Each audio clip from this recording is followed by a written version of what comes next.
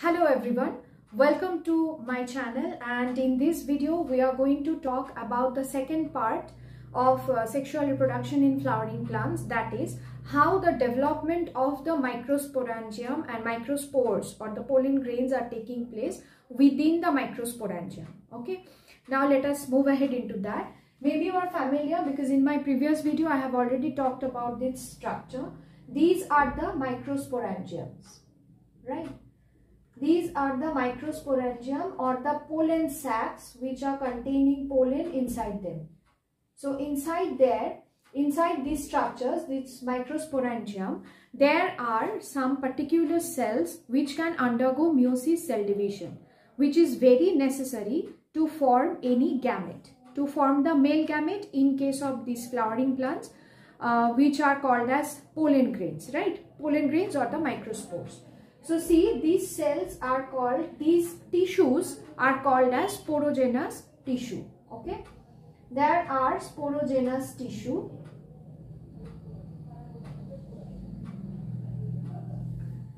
There are sporogenous tissue which is consisting of so many sporogenous cells, from where the microspore or pollen mother cells, we can consider those cells as the microspore mother cell or the pollen mother cells, which are present in the sporogenous tissue, and those cells will undergo meiosis cell division to give rise to the microspore and pollen grains.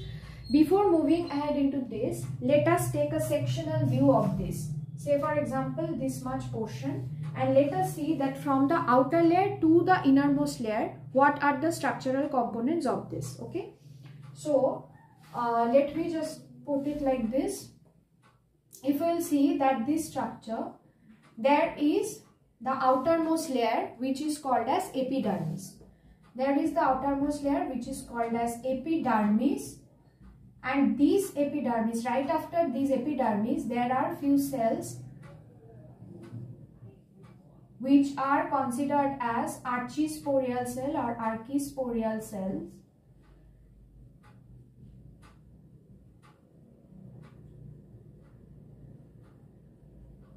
These archisporial cell will undergo division and redivision to give rise to 3 more layers just right after the epidermis. So from outside to the inner side, let me once again draw this structure. It will be consisting of this kind of layers. This outermost layer is called epidermis. Then it is made up of endodermis. Then there is middle layer. And then there are few cells, one layer is there, that is called tapetum. This layer is called tapetum. And inside there are the cells which are considered as the pollen mother cells. So that means there will be PMC or the sporogenous cells or the microspore mother cells or pollen mother cells. Okay, so what are the functions of all of these layers? Let us quickly see that endodermis, middle layer and tapetum, 3 of these layers are forming from the archisporial cells. For the repeated divisions of the archisporial cells, these 3 layers will be formed. Okay, now the endodermis, if we will see the cellular structure of the endodermis, there is one U-shaped structure. This kind of U-shaped structure we can find. U-shaped structure. This is made up of callose. Now, callose is one type of chemical which is hygroscopic in nature. That means it can absorb water and it can release water. As it will absorb and release water once the anther will be matured and pollen grains will be matured. So by releasing and absorbing the water, these portions will be dried up, and according to the line of dehiscence, the anthers will burst and all the pollen grains will be released outside. Alright. So this is the structure of the endodermis and this is the function of the endodermis. So it can provide the protection, and as well as it can help in the dehiscence of the pollen grains. Now let us move ahead into the next layer, that is the middle layer. Middle layer is very parenchymatous in nature. And as this is parenchymatous, what it will do, let me just write it down. This is the structure which is found in endodermis. Now in case of middle layer, as this is parenchymatous, we know that parenchyma means they are green in color and they can do photosynthesis. As they can do photosynthesis, so as well as this will provide protection, along with that this can do photosynthesis, this can make food, and that food, from that food all the nutritions will be stored and that will be provided by this tapetum. Okay, so this is the structure and this is the function of the tapetum, that this tapetum will provide the nutrition to the growing pollen mother cell and the growing pollens, microspores, inside that sporogenous tissue. Alright, now let us see that how the pollens are forming. So from the pollen mother cell, as I said that there are so many pollen mother cells inside this satellite structure. So the pollen mother cells are diploid in nature. Okay, now what is the meaning of diploid? How many number of chromosomes will be there? 2n number of chromosomes will be there inside the pollen mother cell. So it will undergo meiosis.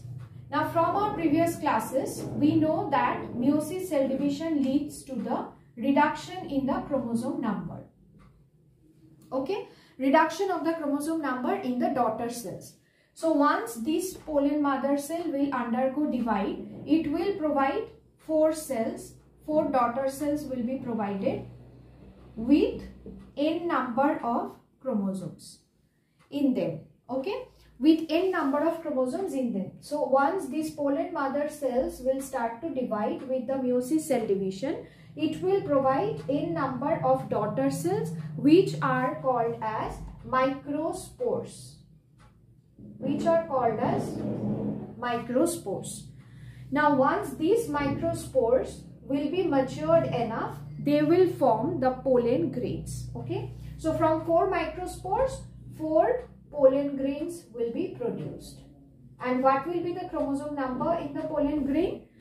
The chromosome number will be n, that is the half of the chromosome number of its parental cell.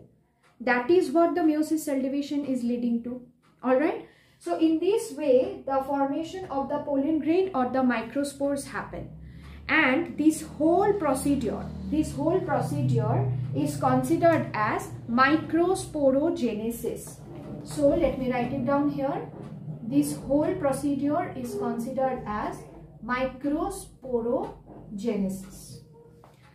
Okay, so this whole procedure, the structural changes, all the structural changes will happen much way before the fertilization. That's why all of these events, all of these structural changes, whatever is happening, all of these events are considered as pre-fertilization changes. Okay, so here we are ending our videos with the microsporogenesis. In our next video, we are going to talk about what is the exact structure of each one of these, like each one of the pollen grains, what is the structure and how are they beneficial, what are their bad effects in the human beings, about all of these things, and how the structure is advantageous for them to do the pollination and fertilization events. Okay, so stay tuned for see much more such videos, and if you found this video helpful, then please do like, share and subscribe to my channel. Thank you.